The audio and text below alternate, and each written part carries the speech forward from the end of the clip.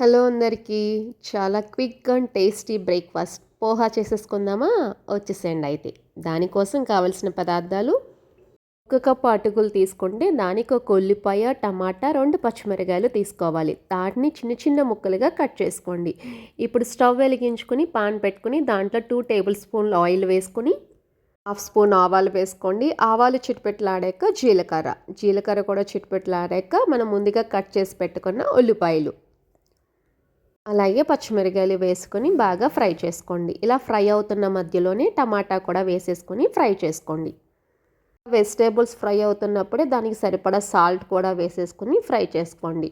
మనకి ఇప్పుడున్న బిజీ షెడ్యూల్లో వితిన్ 1 మినిట్లో చాలా క్విక్గా టేస్టీగా ఈ పోహా అయితే రెడీ చేసేసుకోవచ్చు. సో ఇలా ఫ్రై అవుతున్నప్పుడే మనం ముందుగా తీసుకున్న ఒక అటుకుల్ని ఒక్కో కప్పు వాటర్లో వేసి 1 మినిట్ సోక్ చేయండి. సోక్ చేశాక ఇలా అటుకులు అనేది వస్తాయి. వీటిని మనం ముందుగా ఫ్రై చేసి పెట్టుకున్న వెజిటేబుల్స్లో వేసేసి బాగా ఫ్రై చేసుకోవాలి.